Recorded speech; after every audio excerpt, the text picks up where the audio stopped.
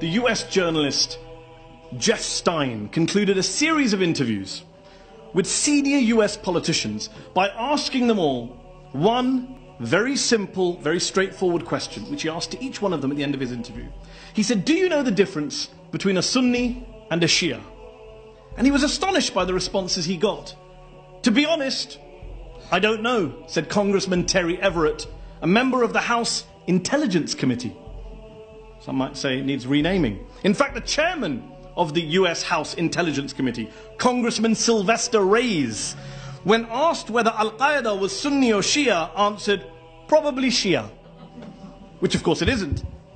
Then there was Senator Trent Lott, the former Republican majority leader at the time, who said in reference to Sunnis and Shias, "They all look the same to me."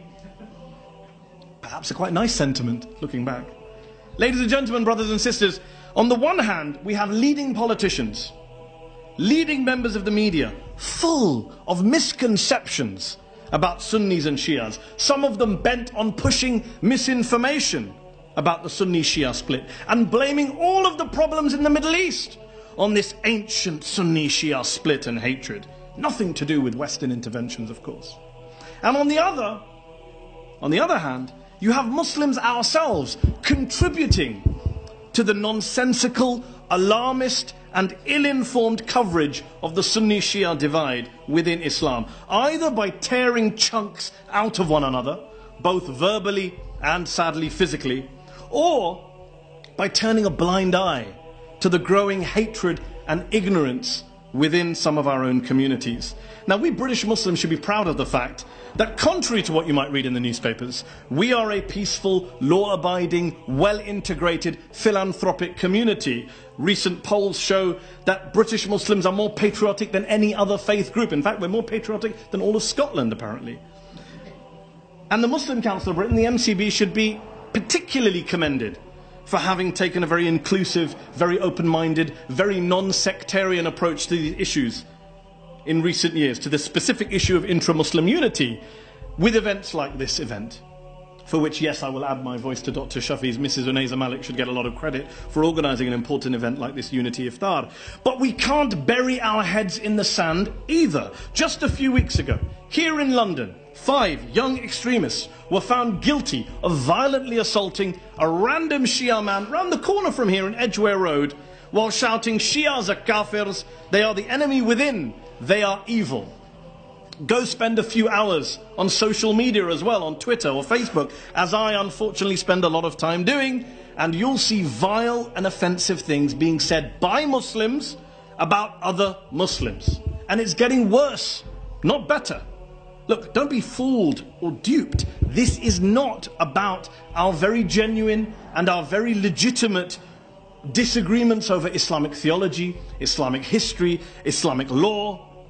That's not what we're here to iron out or resolve or agree upon tonight or any other night. This is about politics, Middle East politics, geopolitics, and we need to be very clear-eyed about what this is about. This is not about religion. And British Muslims, this is my view, British Muslims cannot afford to become pawns in a faraway power struggle between Saudi Arabia and Iran or any other Middle Eastern nation. Nor can British Muslims afford to import into the UK the sectarianism that is sadly so rife now in places like Syria and Iraq. And you know, we talk about sectarianism, but what we're really talking about is hatred by another name. When we talk about Sunni versus Shia, what we're really talking about is Muslim versus Muslim, brother versus brother, sister versus sister. We're so blinded by our differences that we don't see what unites us. Here we are, 1.6 billion Muslims, a fifth of humanity, both Sunni and Shia, with the same God, the same Prophet, the same book, the same Kaaba, the same prayer, the same fast, the same holy month of Ramadan. After all, what are we here to do tonight? Not just affirm our unity, but to have iftar, I hope. To eat together, to pray together. The French scholar of Islamic movements, Olivier Roy, has written that, quote, "Today, Azerbaijan is probably the only country in the world where there are still mixed mosques and Shias and Sunnis pray regularly together."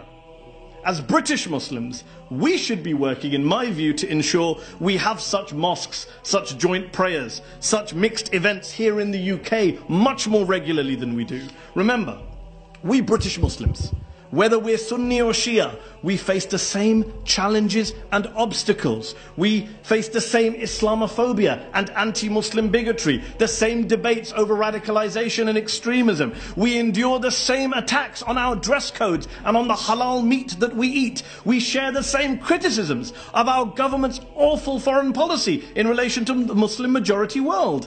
And so we need to stick together, support one another, have empathy with one another. And just on the specific subject of foreign policy, one final point before I finish. It so depresses me to see British Sunnis up in arms about oppression in Syria while ignoring the oppression in Bahrain, and to see British Shias up in arms about the oppression in Bahrain and ignoring the oppression in Syria. Our concern, our empathy, our compassion has to be universal. It cannot be selective. It cannot be self-serving. As British Muslims, we have to stand up for freedom and for human rights everywhere, regardless of whether the victims happen to be Sunni or Shia, or for that matter, Christian, Jewish, Hindu or atheist. As British Muslims, fighting the scourge of external sectarianism and external hate towards non-Muslims is as important as fighting the scourge of internal sectarianism and internal hate between Muslims. It is part and parcel of the same fight, the same struggle for pluralism, for tolerance, for mutual respect. Remember, it was Hazrat Ali ibn Abu Talib, the first Imam of the Shias, the fourth Caliph, the fourth Khalifa of the Ahl Sunnah, who famously remarked in his letter on governance to Malik Ashtar, "O Malik, know that people are of two types. People are of two types. They are either your brothers in religion or they are your equals in humanity." Thank you very much for your time.